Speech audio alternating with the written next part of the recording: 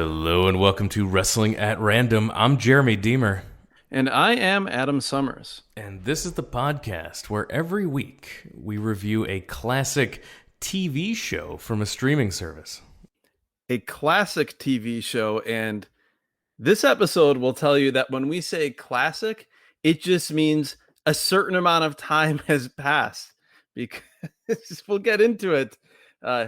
Let's just say it right out here. It's an episode of Sunday Night Heat from 1998. So buckle up, or you actually probably could leave your seatbelt off and you'd be okay. That's not to say there isn't some fun / hilarious stuff on this show, but come on, it's Sunday Night Heat. So when we say classic, it's like when you think of classic rock. It's stuff that maybe you listened to in high school that's now 30 years old, so it's classic rock. It doesn't have to be a great song. It's just from that time period, and this is a show from a time passage period. of time has met the song, and that's why it's a classic. And that's where we are with this episode. Now, Sunday Night Heat, again, we fire up the randomizer. It chooses something at random, and we watch it. So yes, as we talked about right before we started recording this, this is another one of those, not episodes of the podcast, because they're all good. Come on, if you're listening, you know that. But another one of these shows that we've reviewed that is proof that the randomizer is, in fact, completely legitimate and utterly random. And yeah, when Sunday Night Heat came up, I'm like, oh, is this a show we can actually watch, or is this one going to end up just being like a one-match show, or just a pre-show for a pay-per-view or something? Exactly. That was my thought. Then I was thinking maybe it's going to be Halftime Heat, and then I got excited. Halftime Heat would have gone straight to the Patreon feed. Absolutely. But this one is not bonus content. This is a full episode, and this show, like we mentioned, November 8th, 1998. It was taped on November 3rd in Dallas, Texas, before a sold-out crowd, 13,684, paying $274,000 at the gate. Now, before we get into this show, let's talk a little bit about what Sunday Night Heat is. Yeah, explain that, because I had actually forgotten when this got pulled, and I know you're going to get to it in the history, but that Sunday Night Heat was originally on MTV. Is that correct? It made an appearance there, but it didn't start there. It was originally on the USA Network. It debuted as a 1-hour TV show on August 2nd, 1998. So just mere months before the show we're about to review, Sunday Night Heat debuted on the USA Network. This was the second primetime show for the WWF, complementing Monday Night Raw, their other primetime show. So was this episode recorded, filmed, taped before or after Raw? Because I would imagine so. I can't fathom that this show alone would have drawn the crowd. No, this show was taped. So this was taped before what would be the 11/9/98 Raw. Okay. So the Raw that would air the next night on USA was also taped on November 3rd. So both this, so Heat was taped. Heat was taped before Raw almost every time. The only time would be that it wasn't taped would be on WWF pay-per-view nights, where Heat would serve as the pre-show for a WWF pay-per-view later that Sunday evening. Heat was the number 2 show. So you'll see The Rock is on this show. Like, this is Vince McMahon is on this show. This is the number 2 show for the WWF in 1998. I'll get to my thoughts later on Vince McMahon on this show, because while he did appear, he appeared. Sure. I'll have thoughts about his performance on this show compared to some of the other random episodes of TV or pay-per-views that we've watched on this podcast, and we've talked about how incredible Vince McMahon was. Yeah. Yeah, Heat was the number 2 show until SmackDown debuted in August of 1999. So you had Heat with about a run of 1 year where it was the number 2 show. Once SmackDown hit the scene, the quality of this show and the popularity of this show quickly declined. The decline resulted in the show moving from the USA Network to MTV in the year 2000. So that was the progression then. The MTV version of Heat was broadcast live from the WWF-themed restaurant in Times Square in New York City. The world, if you will, WWF New York at that time. In March of 2003, Heat moved to Spike TV, and in October of 2005, USA, when it procured the rights to WWF programming, chose not to pick up Sunday Night Heat, so the show was moved to WWE.com in the US, as it had to continue to film the show to fill international TV deals. So it would just air it in America on WWE.com. We talked about this in 2005. We talked about this with different shows like ECW, the WWE version of it, and NXT, both shows that were airing on WWE.com at a time when people weren't in a habit, didn't have easy access to really watch streaming video like that on the website. So it wasn't drawing a ton of viewers. Yeah, and look, I can only imagine in 2005, that's like 4 or 5 years earlier than those NXT Wild and Young era. We have to be very specific about that. Or right. WWE ECW shows. Yeah, I can't fathom they were getting a lot of hits for what I imagine would be pretty low res streaming in 2005. After 10 years, the final episode of WWE Heat was uploaded to WWE.com on May 30th, 2008. So that takes us to this episode. It's November of 1998. WWF has pulled ahead in the Monday Night Wars. Jesse Ventura has won the election to become governor of Minnesota. And here we are. We're deep in the Attitude Era right now. Show opens with a video recap, and there is a lot to unpack here. Yeah, a lot. First, for some reason, Vince McMahon is in a wheelchair. I don't believe they actually at any point tell us why he's in a wheelchair, which is noteworthy only that on all these WWF/WWE TV shows that we've watched, even the not very good ones, they've done a fantastic job of getting us caught up. And while this open tells us a lot about what's happening here, we have no idea why Vince is in a wheelchair. In any event, he says he'll only leave the company when he dies, which seems to be a fact. Yeah, that seems to track.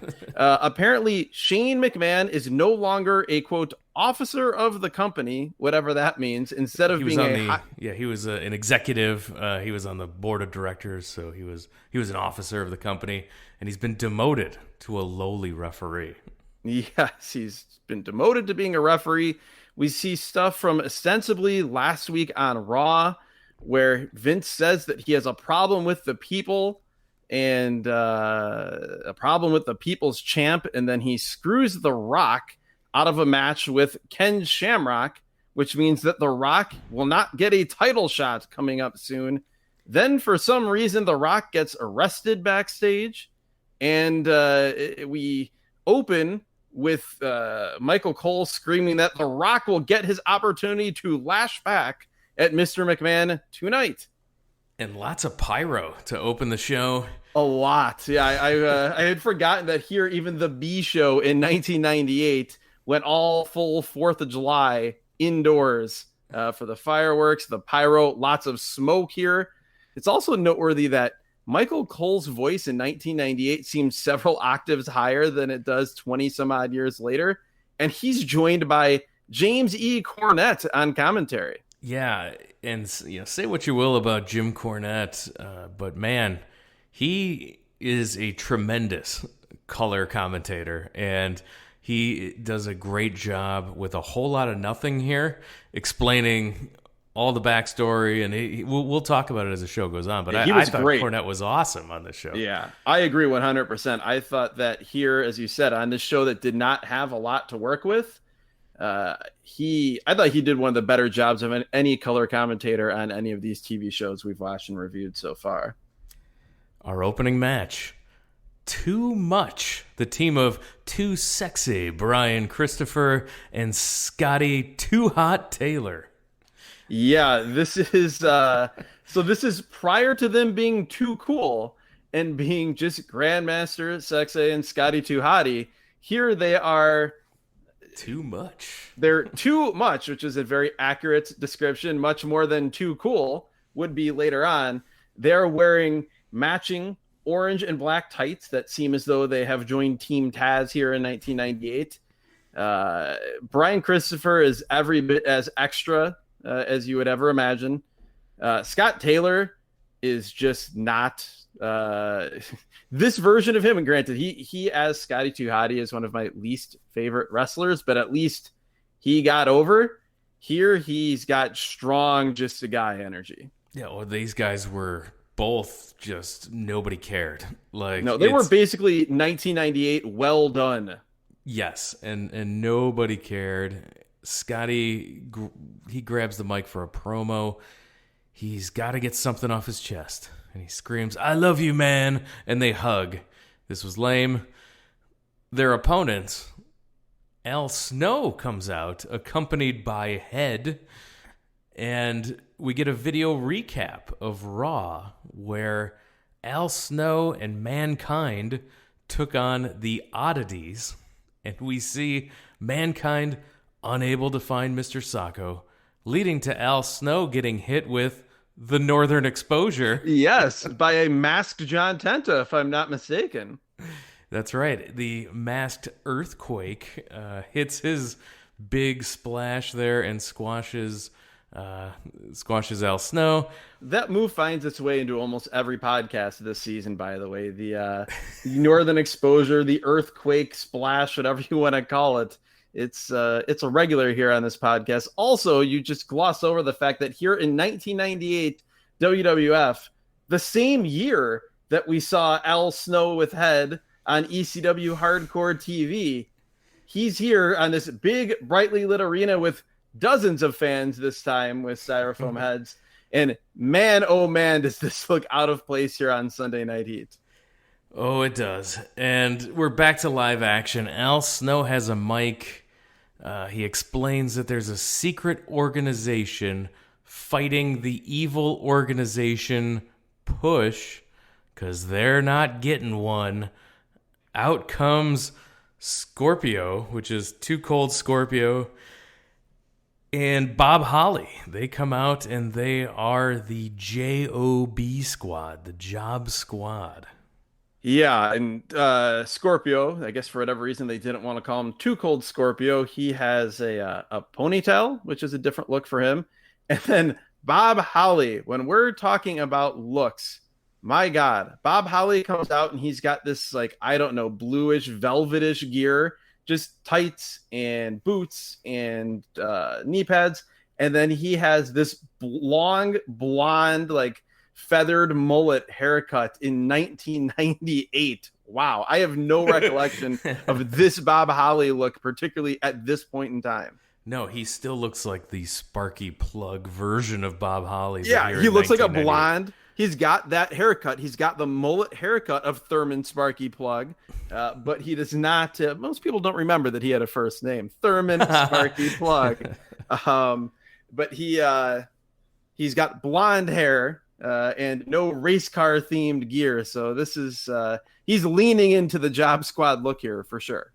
We see the mannequin head that Al Snow has, and we see Mr. Socko is shown wrapped around like a headband around the mannequin head. Holly and Taylor start out, pump handle into a power slam by Holly. That's and immediately I'm like, that's it. That's the finish. If that was Wrath, he'd be yes. Deep into his winning streak here. The pump handle slam. That's the meltdown, I believe. That is correct. But here, it just quickly breaks down into a four-way. Scorpio dumped outside by Christopher. Christopher saves Taylor from a suplex attempt by Holly, clotheslines him down, and they set up Holly for the Vegematic. Yeah, the Vegematic, that's the old Midnight Express finisher, which is why Jim Cornette was getting so excited, where it's that waist lock, that weird bear hug waist lock, where you then lower the guy down and then come off with either a top rope leg drop or a top rope knee drop from the other partner. That was the setup here. Yeah, now I love the Vegematic as much as the next guy, but I didn't believe when Jim Cornette says they're setting up for the Vegematic that these two geeks would get the Vegematic as their finisher. No, he very well might have been willing that to be what was going on, just out of nostalgia. So, yeah, they've got him in that position where Taylor's holding Holly and Christopher is on the top rope, and Holly then breaks free, rolls up Taylor in a small package. Christopher still standing on the top rope. The referee counts 1, 2, long pause, hesitation, then 3. And Christopher is shocked on the top rope. The Vegematic! Nobody has gotten up from this one yet! This should be it now, the Vegematic. But Holly counters. Christopher top rope.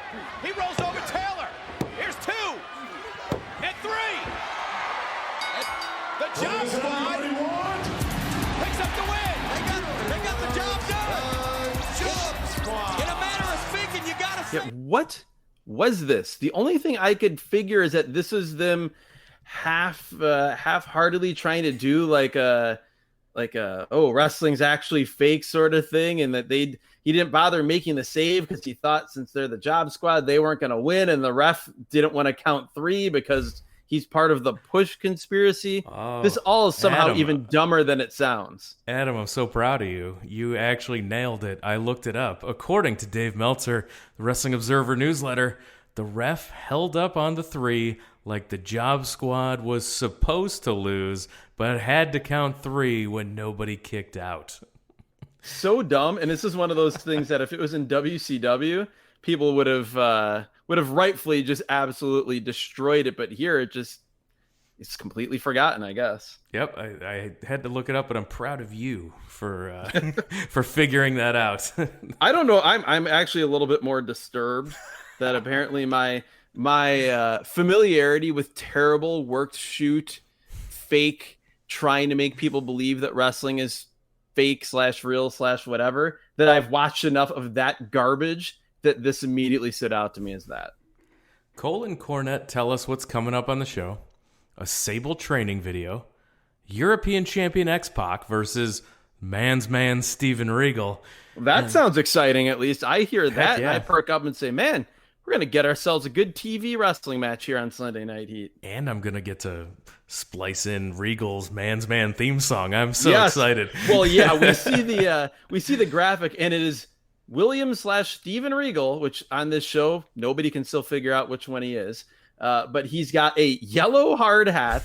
He has like a flannel vest. A flannel vest and like a tank top underneath that looks 10 times more ridiculous than you could even imagine. But yes, I was so hoping we'd get to hear that horrible "He's a Man's Man." I was so ready. I was already going on YouTube. Well, that was the first thing I thought too. Music. I'm like, well, I know what Jeremy's doing right now. And The Rock will address what happened on Raw, being out of the tournament and getting arrested. Val Venus will have an interview about Terry Runnels' pregnancy as well. So, sorry, everybody. We told you this was a nothing show. But after that lineup, I bet you're on the edge of your seat. You're like, this sounds like an awesome show, guys. A lot of jam-packed excitement here. Well, you mentioned the tournament. Apparently, at Survivor Series, which is coming up in 1 week's time, there will be something called the Deadly Games WWF Title Tournament. They actually say the word tournament. So this is during one of those rare times, or it's at least far back enough in time where the word tournament was not banned. They did not call it a championship series like they would some, what was it, 7 or 8 years later on that SmackDown we reviewed early on in this season. Here it is a tournament. We go to commercial. We come back. And we get a recap, not from the previous Raw, but from the previous Sunday Night Heat. So you know this is going to be some important stuff here.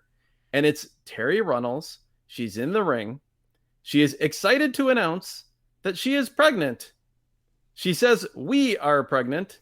And that makes Val Venus unhappy. And quick aside, while Val Venus and everything he does and says here is horrible and misogynistic, I will say that the whole idea of saying we are pregnant has always been so weird and annoying to me.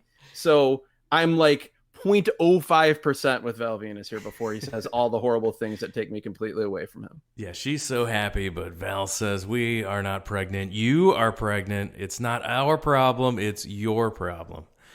Val. And that right there is where I'm immediately off the agreement train with the Valboski, as it were. Val with a backstage interview with Kevin Kelly. Kevin Kelly here. Yes, that Kevin Kelly. 1998. The voice of New Japan Pro Wrestling for so many years now in the United States. And anyone who speaks English. One of the most important figures in the global expansion of New Japan Pro Wrestling. Here, he is a backstage interviewer on the B Show with a penciled-in goatee. I was not ready for this. Val calls her a liar. He says he's had a vasectomy. If there were any seeds in this watermelon, there'd be little Valboskis running all over the place. Terrible problem. Yeah, absolutely. We have vasectomy-based storylines here in this sporting competition, this athletic endeavor that is the World Wrestling Federation. This is bad. There's nothing good about this. But then I think, okay. Cornette followed it up. He had a line at the end saying, "We know the cake's in the oven, but we don't know who mixed up the batter." Yeah, that was better than the entire promo. But right before that, we're ready though to veer from that to something that should be great. X-Pac, the European champion, taking on he's a man's man, William Regal. But something immediately is amiss as X-Pac, again, the champion of the continent of Europe, comes out first. He is introduced first. So I'm already a little worried as to what's going to happen. They mentioned that he will be a part of the Deadly Games tournament, which is a 16-man tournament, I guess, that will all take place at Survivor Series. But before then, we learn via not a commercial, but those little inset commercials they would do sometimes in between entrances, that you can go to your local Circuit City here in 1998 to get your CD of WWF The Music Volume 2. Talk about a time capsule or marking where we are in the history of this nation. Yeah, we go from that lame interview to hearing this X-Pac remix version of the DX theme song. I forgot that I did not care for that theme song at all. But that's not the song that I want to talk about. His opponent, like you mentioned, is a real man's man, Steven Regal. But the lights go out and we hear the Undertaker's theme instead. We do. It's the Undertaker's theme, though, with some wacky guitar mix going on over it. This is WWF The Music Volume 2's exactly. version. It's a Circuit City worthy version of the Undertaker's theme song. I'll say that. But yes, that cuts off what had been heretofore what we are most excited about on this show. Number one being the real man's man music, and a close second being X-Pac versus Regal. So I'm mad because, Paul Bearer and The Undertaker come out.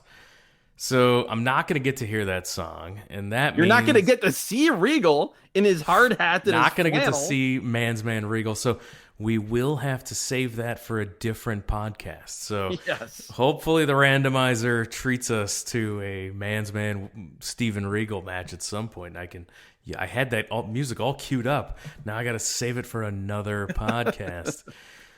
Paul Bearer with a promo. He says, "Stand back in the corner, little boy. The Undertaker has a few words." Yes, when he said, "Little boy, stand back in the corner, little boy," I immediately thought, wow, he is feeling the Percy Pringle aspect of his personality tonight. Yes. This was the most Percy Pringle I had ever seen Paul Bearer here with The Undertaker. It's also noteworthy because The Undertaker, it's this weird phase where he's still the dead man character, but you could tell he was really tired of having to do all the makeup and all the the contacts, making his eyes look crazy, any of that stuff, because he's doing the dead man gimmick. He's got this really cool looking entrance robe, but then he doesn't have any of the makeup on. His hair is not dyed black, and he just has a normal look on his face. It's like he's out there daydreaming about what it would be like to be the Biker Taker. If you don't know what we're mentioning when we say Percy Pringle, go back to the Championship Wrestling from Florida episode that we reviewed in season 2 of this podcast. It's in your free feed right now. Go back, listen to what was going on, Championship Wrestling in Florida, and that was Percy Pringle's first real over-the-top performance that we got. The Boss review. Man, as he was also known on that show, a god among men. He was phenomenal. And so, yeah, it did fill my heart with joy getting good Percy Pringle vibes here from this Paul Bearer promo.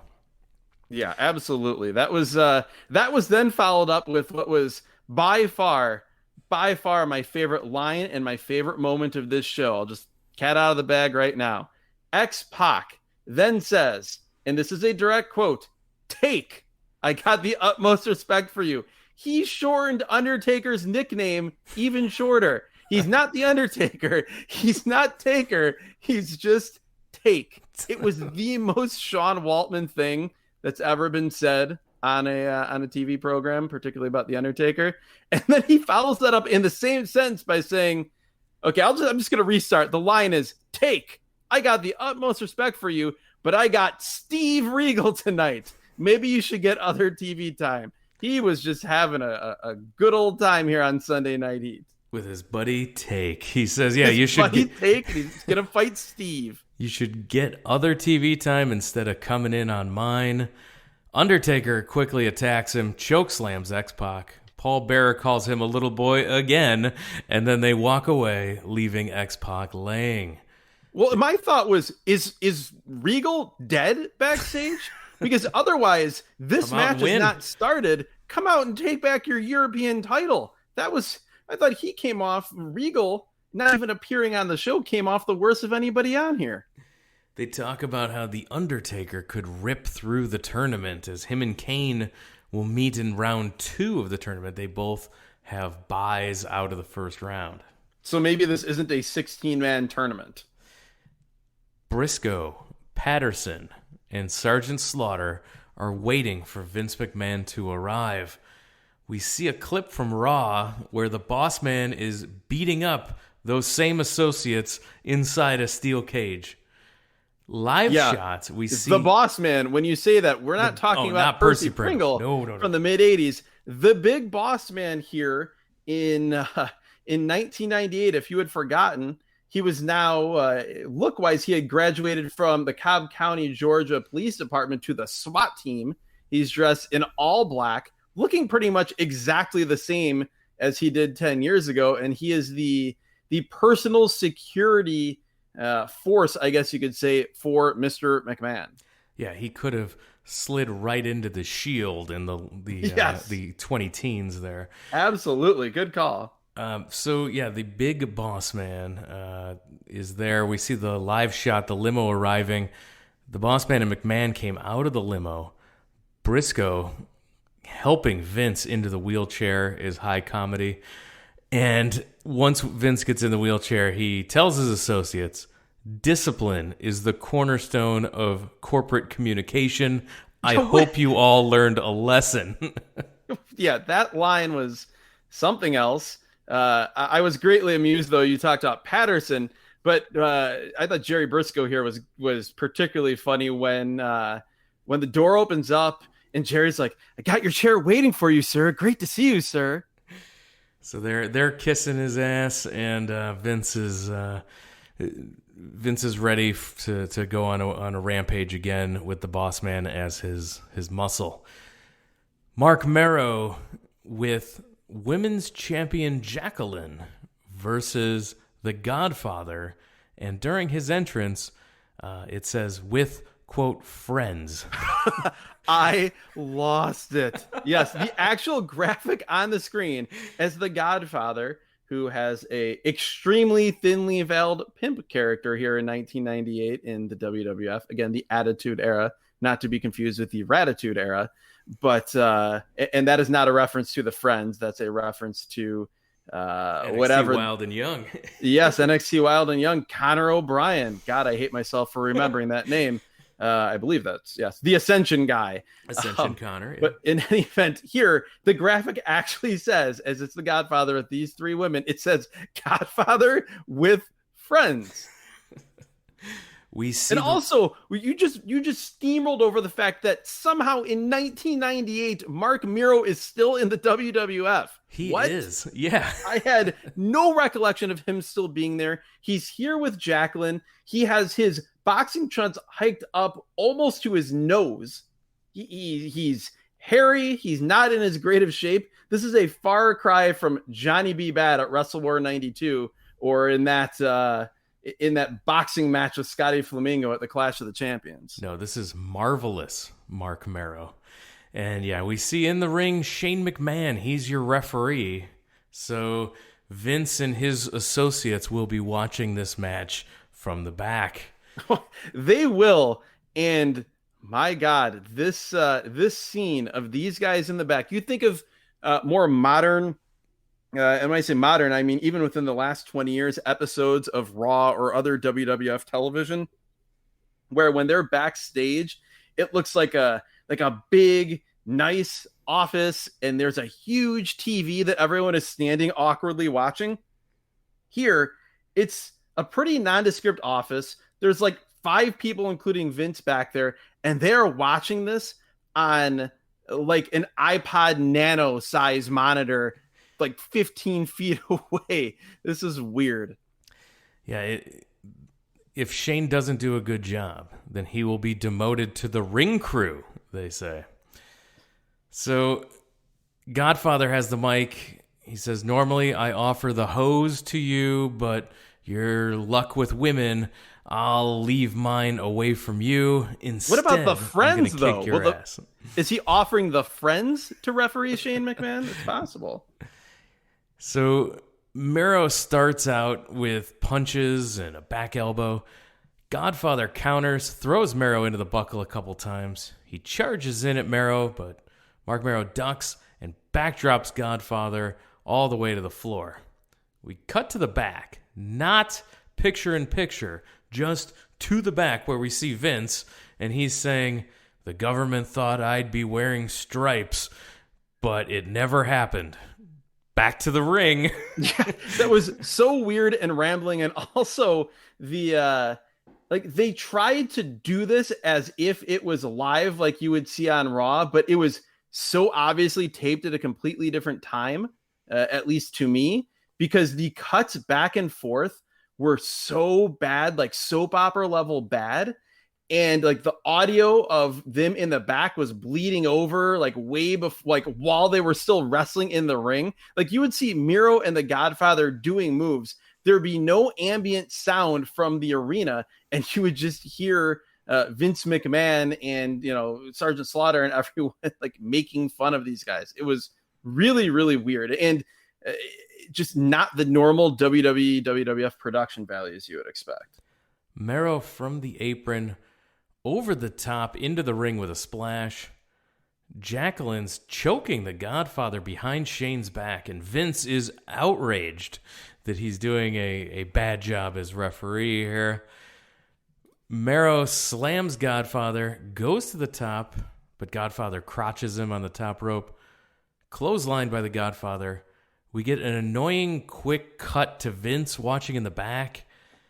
And then back in the ring, avalanche in the corner by the Godfather. Godfather hits a DDT and another near fall.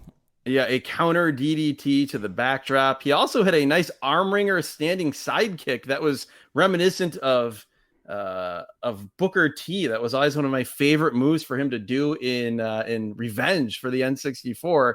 That's the only comparison you can make between the athletic ability of these two men. However, this match, not very good. The constant cutting back and forth made it worse. Unwatchable. Yes. Unwatchable, because it was literally like a move, cut to the back, a move, cut to the back. This kept going on. It also made me wonder, like, did this match go long and they used this to cut stuff out? They could have cut out a lot more. Yeah, then they failed. They should have done more. Yeah, exactly. At this point, though, Miro goes for the TKO, which was his finisher at that point, the fireman's carry into the cutter.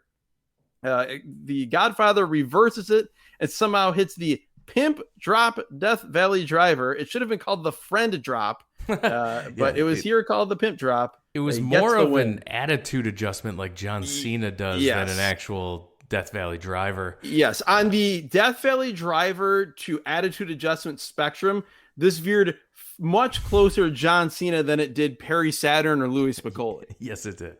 So the pimp drop gets the 3 count.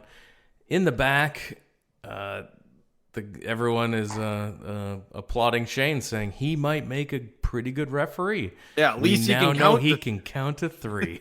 Exactly. Vince with the backhanded compliment to his son.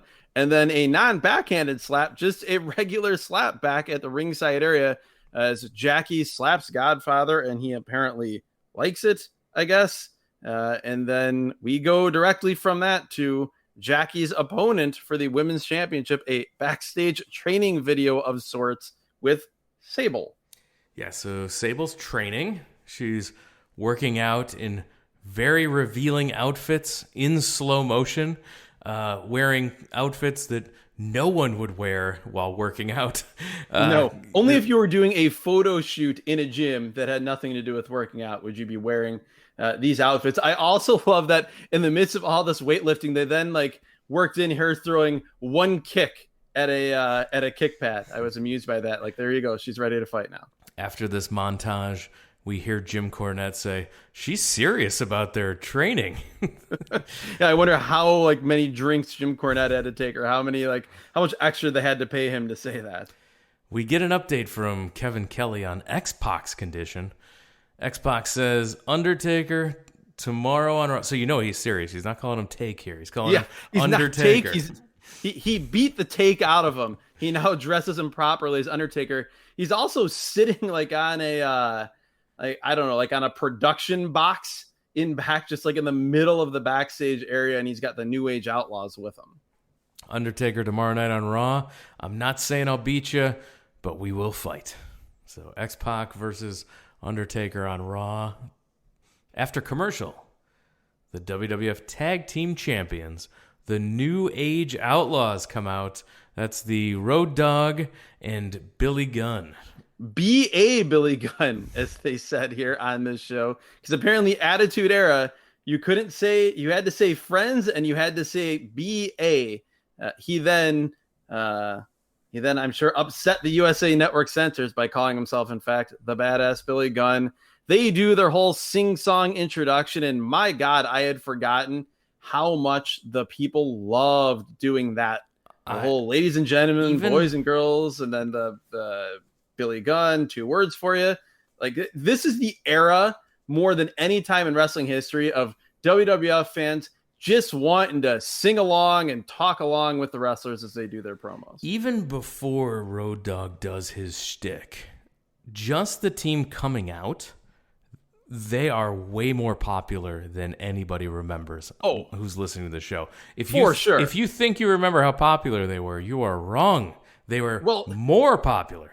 Well, I think everyone remembers, or I won't say everyone remembers. They're most known for this run. But when you think of Billy Gunn, it all culminates in that terrible failed push as the one Billy Gunn, which we talked about on a previous episode of this podcast. So whenever I see him, I think that, or because I'm insane, I think of these 2 men being in TNA as the Voodoo Kin Mafia.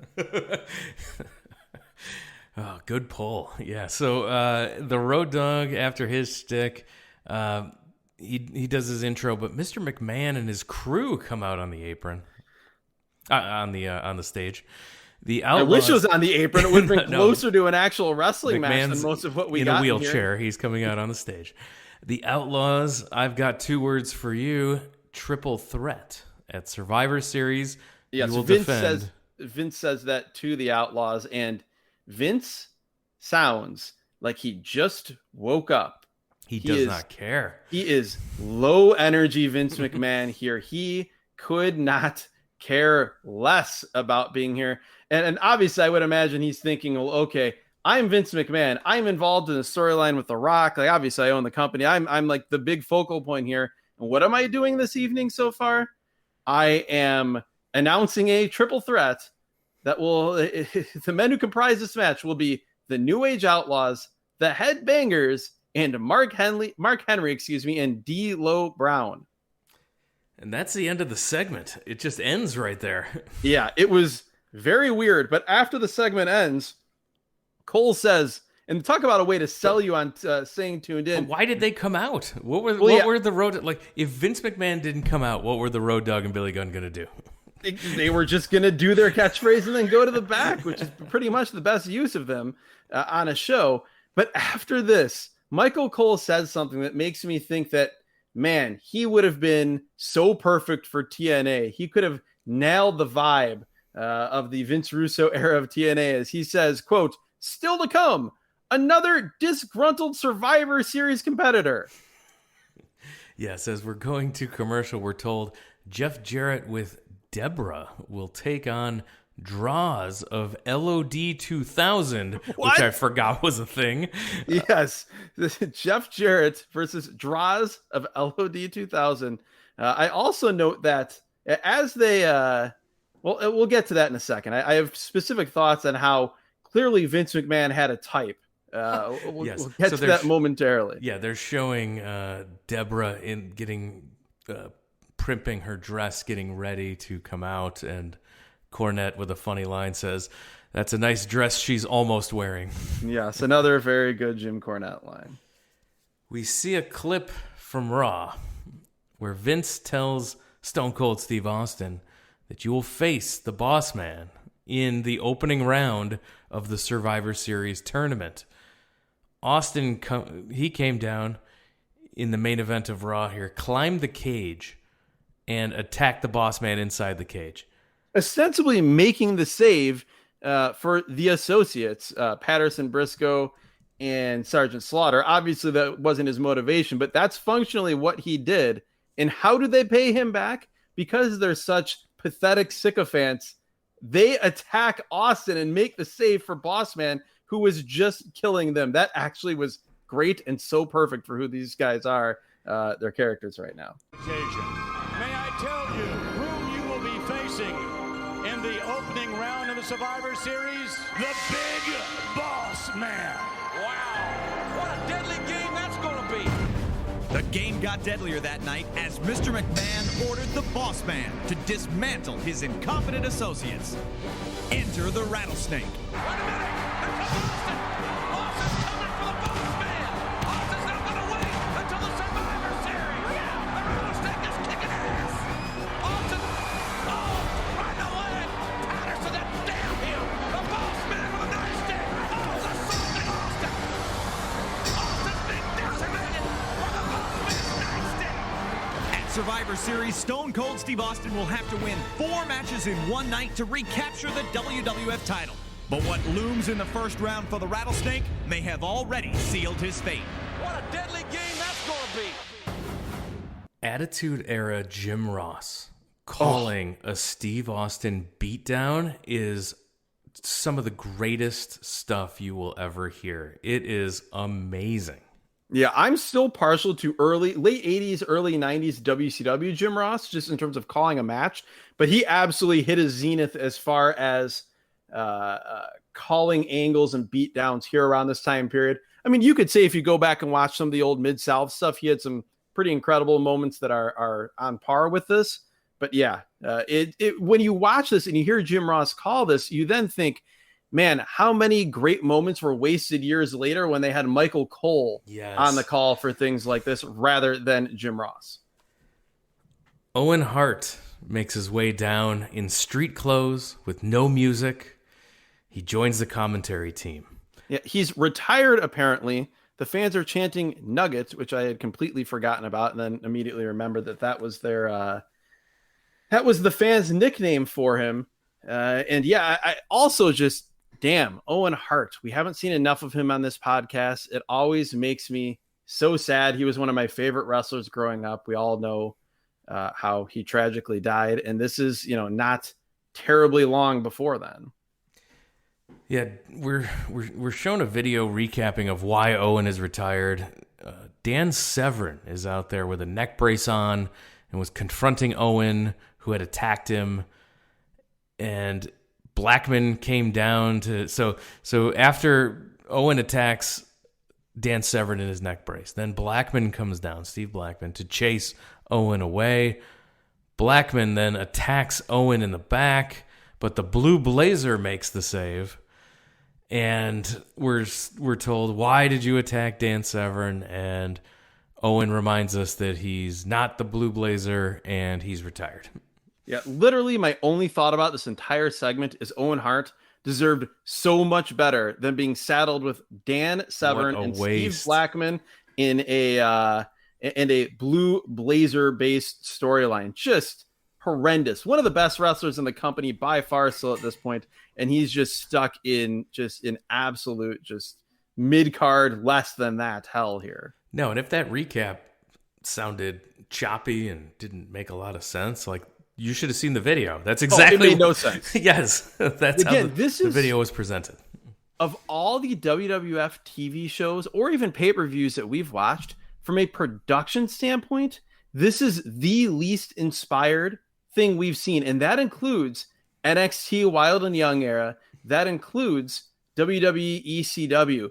The slipshod way that this video feature is put together, or the haphazard editing of the Miro Godfather match going back and forth with the backstage office segment with Vince McMahon, really, really weird to see that level of just not good production here on a WWF show.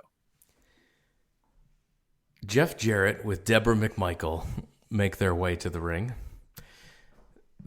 Then their opponent draws to come out. We hear the LOD music. We get some pyro, and he's accompanied by Animal. Yeah, he's introduced as LOD member Draws. Yeah, this is weird. It was weird on a couple levels because my only recollection of LOD 2000 was when it was actually Hawk and Animal, but they had Sonny with their manager. This was not that. I was disappointed. Before that, though, you mentioned Deborah comes out, and this is where I note that Deborah and Sable in 1998 are virtually indistinguishable. This is the valet version of Ted DiBiase Jr. and Chris Masters some 10, 12 years later on that NXT show. They look exactly the same. And again, it's clear that Vince has a type, and that's what he was going for here. Meanwhile, as you said, it's Animal and Draws, who's wearing like kind of LOD tights. He's got some face paint on. He still has his weird hair. And he's accompanied by, as you said, Animal. Draws, another guy whose career came to a tragic end in a match with D'Lo Brown. But yeah, here they were kind of going for it with him as a member of LOD. I mean, this to me just had Crush working house shows as an LOD member energy. Draws and Hawk had a match on Raw where Hawk was unable to perform because he was messed up on drugs or alcohol or something. This was so bad. This jogged my memory as to how terrible and offensive and distasteful this storyline was, as Hawk was a guy who had a chronicled history of exactly these problems. And they did an angle where he basically gets thrown out of the Road Warriors of the Legion of Doom because he's an addict in storyline. Just terrible. Didn't this also end with him him being on top of the Titantron and then stumbling off of it to his doom in storyline? Yeah, that's this classic Attitude Era storyline. So a lot of they don't age well. People say that ECW doesn't age well as far as stories go. Man, and I know this was bad at the time. It was in this show. I mean, this show is basically all of the bad of the Attitude Era without any of the good. You wanted to call it the Baditude Era. That's okay. I did. I almost did. Hashtag, I guess. Better than the Ratitude Era still. So back and forth early. Jarrett hits a swinging neckbreaker. Draws battles back, hits a power slam, charges at Jarrett, but gets backdropped over the top rope. Hey, that's we always look for themes in these shows. Some shows everyone hits a power slam, some shows everyone hits a Northern Exposure. Here, everyone was backdropping everyone over the top rope. Yes, the other theme of the show is that there weren't many matches, and the ones that there were barely matches. Hawk then makes his way out. He attacks Droz on the floor. Animal attacks Hawk. Animal then puts Hawk on his shoulders, puts him up for the Doomsday Device. Droz hits the Doomsday Device off the top rope with the clothesline on Hawk. He does, but Hawk took that as safely as possible. This was not the Doomsday Device that you remember, where Hawk hits the flying clothesline and the man just goes flipping backwards off of Animal's shoulders. Here, they hit the move and they just tumble back first, which again, that's fine. I don't need to see Hawk taking that bump. This whole thing was just sad to me. The LOD came off as so mid-card, undercard, really, and low rent, knowing what was going on with Hawk. The storyline was just said, no one ever wants to see Hawk and Animal go against each other. Just dumb and bad. Other quick notes, Fashion Corner. Shockingly, Jeff Jarrett here in 1998 has the same gear, same haircut, and same guitar that he would have in WCW in 2000, that he would have in TNA in 2002, in 2004, 2006. He looks exactly the same. That's right. And the LOD is a mid-card tag team here because the tag team championship division is full with teams like the Headbangers. So you don't have any room, and D'Lo and Mark Henry and Too Much. You don't have room for a team like the LOD. No, that's just not a fit, apparently. What was a fit, though, here on the USA Network, two classic, and I mean that in the same way that we call this a classic episode of Wrestling TV, two classic TV shows that if you watch WWF at this time period, you would always hear the promos for. In mid-match, we have the announcers cutting promos with graphics on screen for Pacific Blue and Silk Stockings coming up next. Oh, Silk Stockings. That I sat through so many commercials for that show. The Rock will confront Mr. McMahon after the commercial break. The Rock makes his way out, and spoiler alert, very popular. Oh my God. Yeah. We talked earlier about the New Age Outlaws being popular, more popular than you remember them being, and by far being the most overact on this show. The Rock comes out and it's Dusty Rhodes in the mid 80s. It's the Von Erichs at the Sportatorium. People are losing their minds. And this is relatively early on in the Rock's face turn, the post Nation of Domination era Rock, their second time giving him a run as a face, obviously.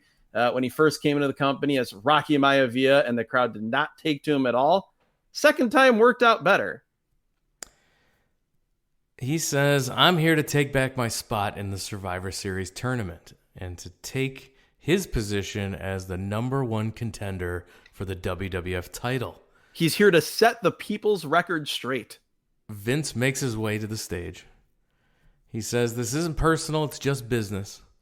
From a personal standpoint, I have a problem with the people, which means I have a problem with you as the people's champion. It's actually pretty great. Granted, Vince still here seems completely sedated, but I like the material. The idea of having a problem with the people means he has a problem with the people's champion.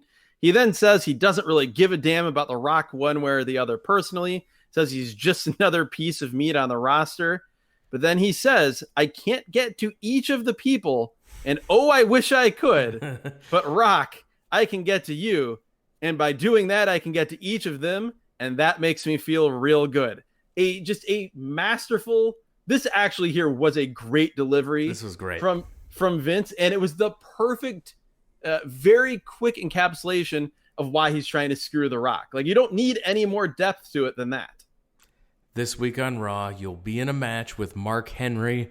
If you don't win the match by pin or submission, your services will no longer be needed. You will be out of a job. If you do win, you will be in the Survivor Series tournament. Now, if you're watching this as a fan, just obviously not, just taking it for what it is, just full kayfabe, like, is Vince telling you that you may get to see The Rock on Nitro in 2 weeks. Like, obviously that's not what's going to happen. But whenever they would do those storylines, particularly, I guess WCW would do it too, where it'd be like winner, you're fired. But particularly in the WWF, it was just always so funny and ridiculous to me because, if we're supposed to, as we watch the show, take it as real, there's no way we're ever going to believe they're going to fire anyone and send them on their way to the competition. No, because anytime someone did leave a company, they literally showed up the next week on the other show every time. Or if you're Rick Rude, you were on both shows at the same time, which was quite the moment. The best part of this, and maybe right up there with X-Pac calling Undertaker take, the best moment of this show was when Vince basically says that Rock will be fired if he loses to Mark Henry. Rock immediately takes his sunglasses off, and he has the best bug eyes you have ever seen in your life. Then the eyebrow goes up. Just incredible stuff here. Vince, looking right at him, calls him the people's ass. And The Rock says he'd much rather be the people's ass than ever kiss yours. Yes, that gets a big reaction from the crowd. And we should note, and it was said in such a cast-off way that you almost wouldn't notice it. I don't even know if Vince or Rock said it. It might have just been the announcers. But they note that if The Rock wins against Mark Henry, he gets his spot back in the Survivor Series match. So there's a reason for him to take that match. He's not just risking his career against the world's strongest man for nothing other than TV ratings. Since you're the people's champion, you carry the weight of all of these people on your back. And this people's champion stuff, the people's eyebrow, the people's elbow. Since you carry the weight of all these people on your back, you're nothing but the people's ass. Oh, that's heavy. McMahon's saying it's all or nothing for The Rock tomorrow night on Raw. Well, hold on, Jabroni. Make no mistake about it. The Rock says he would much rather be the people's ass than to ever kiss yours. Whoa! The Rock! You smell what The Rock is cooking? Tomorrow night on Raw, The Rock versus Mark Henry. More than a championship shot is at stake. The Rock's career is on the line. Plus, X-Pac has challenged The Undertaker to go one-on-one, and Stone Cold Steve Austin will be in the house. Shane will be a referee tomorrow night on Raw. Mr. McMahon will be there. For James Z, I'm Michael Cole. Thanks for joining us on Heat. And that's it. They run down the next edition for Raw, and the show goes off the air. Yeah. Well, the best part is that, Michael Cole runs down the list of reasons to watch Monday Night Raw tomorrow night. And the number one reason is that Shane McMahon will be a referee again tomorrow night, as if that is a selling point. This show, this was basically like if Raw was 3 hours back then, this would have been hour one. This show, or the pre-show. This might have been on WWE.com as the pre-show. This show drew a 4.17 rating and a 6.3 share. If you want to know how popular wrestling was in 1998, this show drew that rating. Particularly the WWF. It was almost basically proving that you could throw a test pattern on the air. Like, this almost was 55 minutes of test pattern and then The Rock at the end. So all the talk of the show was the Survivor Series tournament. So, Deadly Games. Take a drink if you hear them say Deadly Games. So that was the 1998 Survivor Series, which you'll note is 1 year after the Montreal Screwjob 1997 Survivor Series. So the tournament ends with Mankind making, as a babyface, trying to be part of Vince McMahon's evil corporation. He makes it all the way to the finals against The Rock.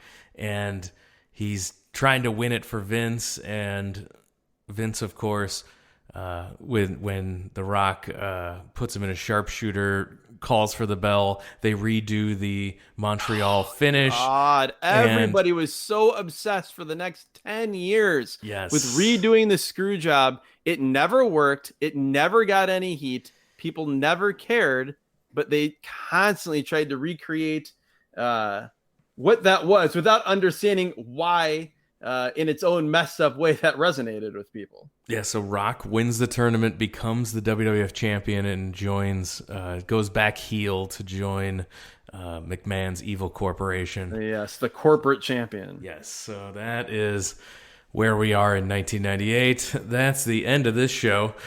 If you want some bonus content, if you want to go and treat yourself to another match, you're like, hey, X-Pac, we didn't get to see an X-Pac match, but hey, did you remember him as the Lightning Kid in Global Wrestling? Well, we reviewed Lightning Kid and Jerry Lynn in Global over in our Patreon feed. You get bonus content every single week there.